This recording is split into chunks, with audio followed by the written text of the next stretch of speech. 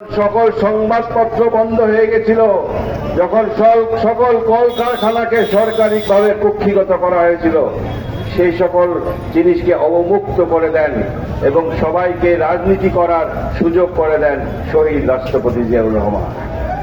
নেত্রী, পৃথিবীতে এরকম মহিলা নেত্রী আর দ্বিতীয়টি আছে কিনা আমাদের জানা নেই, যিনি পায়ে হেঁটে ওনার স্বামী বিদায়ের পর নিজে পায়ে হেঁটে বাংলাদেশের প্রতিটি উপজেলায় আনাচে কানাচে গিয়েছেন। আমাদের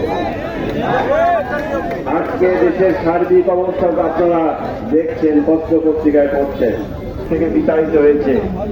যখন আমরা একটা গণতান্ত্রিক পরিবেশে ফিরে যেতে চাচ্ছি, তারা সেই দল আপনারা রকম পায়চারা খুঁজছে, বিভিন্ন রকম ফর্মুলা দিচ্ছে, পিআর পদ্ধতির কথা বলছে। কি সেই পিআর পদ্ধতি? আমরা শুনছি পত্র পত্রিকার মাধ্যমে কিছু কিছু পত্রিকায় লিখছে যে পিআর পদ্ধতি নাকি দেশের ৮০% মানুষ প্রায় পিআর পদ্ধতিকে পছন্দ করে। আপনারা কেউ এই পিআর পদ্ধতি সম্বন্ধে জানেন? আমি তো মনে করি দেশের নির্বাচন কমিশনের আরপিওতে এরকম কোন পদ্ধতি নাই। কিন্তু এই প্রস্তাবগুলো কারা আনছে? যারা জাতির মধ্যে বিভ্রম সৃষ্টি করতে চায়।